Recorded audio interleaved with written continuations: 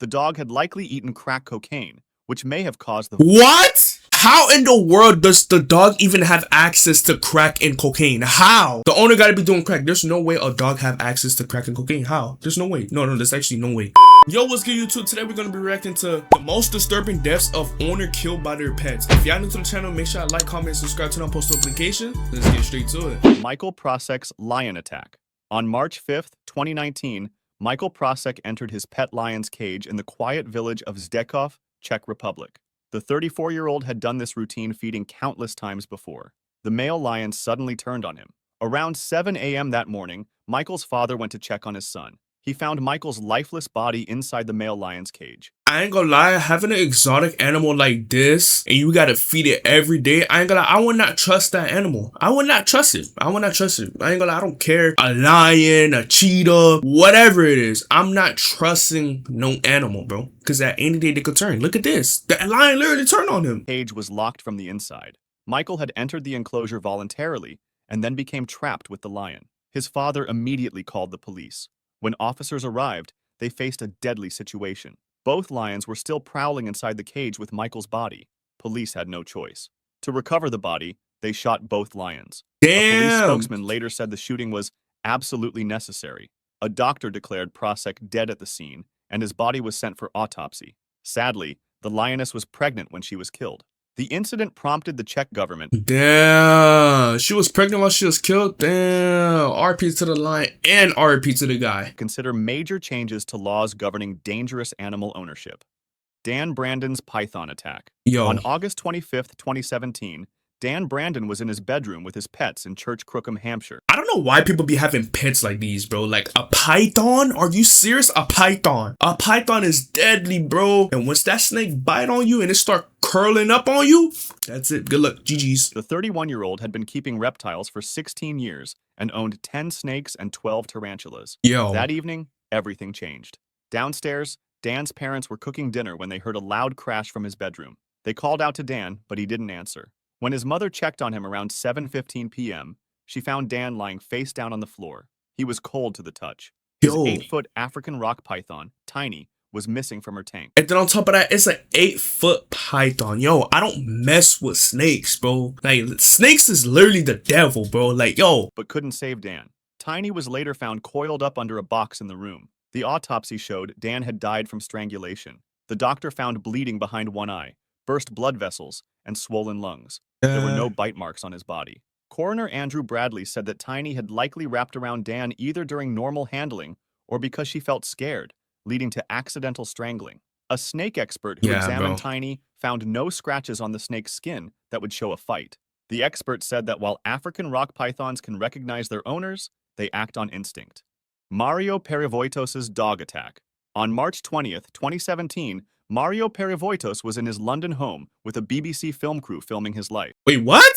BBC what? Wait. The 41-year-old was with his Staffordshire Bull Terrier, Major. Mario had no idea Major was about to turn deadly. Major suddenly became violent and crazy, attacking him right in front of the BBC crew.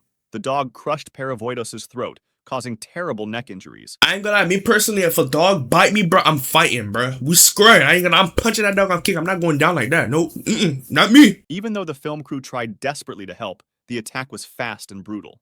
Perivotos lost a lot of blood from neck and face injuries. He was rushed to the hospital, but died from his wounds. Major was taken away and put down after the attack. Damn! An inquest later revealed a shocking detail. The dog had likely eaten crack cocaine, which may have caused the... What? How in the world does the dog even have access to crack and cocaine? How? The owner gotta be doing crack. There's no way a dog have access to crack and cocaine. How? There's no way. No, there's actually no way. Violent, crazy behavior that led to the deadly attack. The coroner said that Perivotos' death was caused by the dog attack. Mark Fogle's Black Widow attack.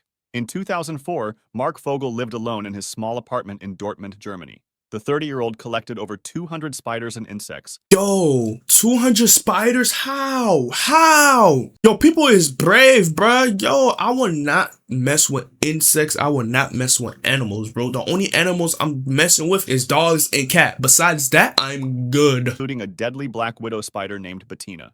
But one day, something went terribly wrong. Mark was bitten by his black widow spider. The Black Widow's poison is 15 times stronger than a rattlesnake's. Oh my Living alone gosh. with no one to help him, the poison quickly spread through his body, stopping him from moving. For Yo. weeks, neighbors noticed Mark was gone, but thought he was away. As days passed, a bad smell began coming from his apartment.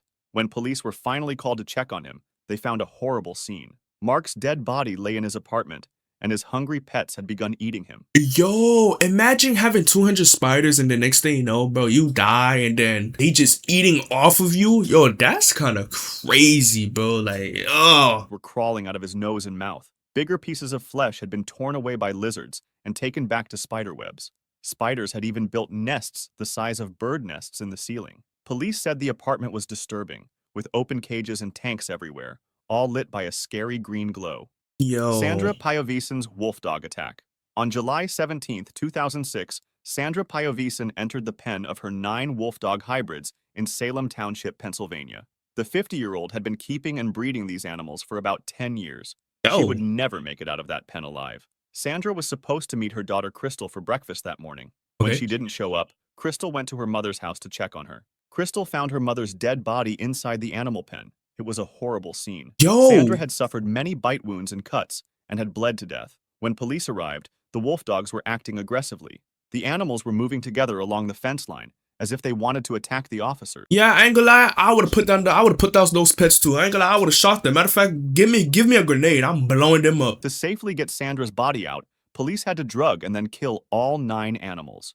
The autopsy confirmed that Sandra had died from injuries caused by her pets. She had been alive when the attack started and likely died within minutes from losing too much blood. Yeah. Sandra had been calling the hybrids regular dogs to get around exotic animal laws. Nah, ain't no regular dogs, my boy. Nope, ain't no regular dogs. Them dogs are deadly. She didn't have the right license to own these animals. Animal control officers had warned Sandra before that keeping hybrid wolves was very dangerous, but she had ignored their warnings. The incident led to calls for stricter rules about owning wolf dog hybrids and other exotic animals. Kellyanne Waltz's bear attack. On October 4, 2009, Kellyanne Waltz entered the cage of her pet black bear, Teddy, to clean it. So you own a bear. Yeah, I go like, no. I see why you die. You own a bear. A bear. Out of all things, a bear. I see why you died. 37-year-old mother of 2 had done this routine cleaning thousands of times before on her Ross Township, Pennsylvania property. Before entering the cage, Kellyanne tried her usual trick of throwing dog food to one side to distract the 350-pound bear. Yeah. This had always worked before. This time, it didn't. Teddy turned on Kellyanne and attacked her. Her young children saw the whole thing happen. Yo, I know those kids are traumatized. They are traumatized, bro. If I see my mom got killed by a big black bear, I would have been traumatized too. I would have been traumatized. And ran scared to their neighbor Scott Castone's house for help. Scott, a school teacher, rushed to the property with his gun. He found Teddy on top of Kellyanne, who was not moving. When Teddy saw Scott, the bear started moving toward him. Scott had no choice and shot the bear in the head, killing it. I ain't gonna lie, I would have did the same thing. I would have shot it. Matter of fact, give me your RPG. I'm blowing it up. Scott then rushed to Kellyanne's side and called 911, but nothing could be done. She was declared dead at the scene. After the incident, it came out that Waltz's permits for keeping exotic animals had run out in June 2008, more than a year before the attack. Marius Els' hippo attack. In November 2011, Marius Els went to check on his pet hippo, Humphrey, on his 400-acre farm in Free State, South Africa. The 40-year-old former Army major had raised the hippo from a baby after rescuing him from a flood. But this time, Humphrey turned on him. Els would often ride on the hippo's back, feed him apples, and brush his teeth. Els was sure that Humphrey would never hurt him. His neighbors weren't so sure. Right. Never turn on you. Right. Okay, buddy. Animals can turn on you any time of the day. They had seen Humphrey chase golfers on a nearby golf course. There were also reports of Humphrey killing farm animals. Earlier that year, a man and his grandson were in a canoe when Humphrey chased them away. They had to climb a tree and stay there for 2 hours until Els came and got Humphrey away with an apple. Yo, there's no way. Yo, I ain't gonna lie. I would have hate this animal. I would have hate him, bro. When Els didn't come back from checking on Humphrey, his family went looking for him. They found Els's dead body in the same river where he had saved Humphrey years earlier. Paramedics said Els had been bitten many times and had been in the water for some time. Els had often said, "Humphrey's like a son to me. People don't get it.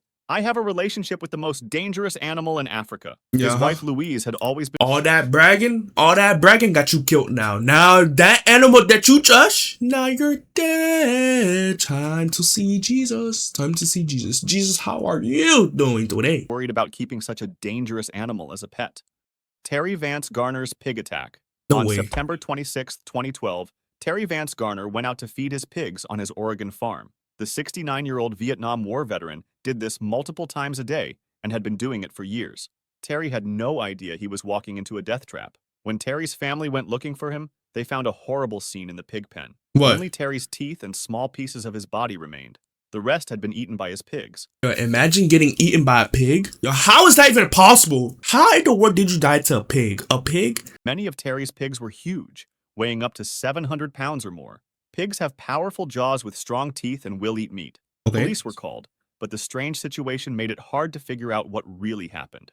The district attorney said Terry might have had a heart attack, which could have caused him to fall and made him easy prey for the pigs. Nah, The cap. other possibility was that Terry had been knocked down by the animals on purpose, leading to the deadly attack. A doctor couldn't figure out exactly how or why Terry died, so they sent his remains to an expert at the University of Oregon for more tests, but there was never a clear answer about what really happened. Alright, YouTube, that's the end of the video. If y'all did enjoy that video, make sure I like, comment, and subscribe, turn on post notification. I will catch you guys in the next one.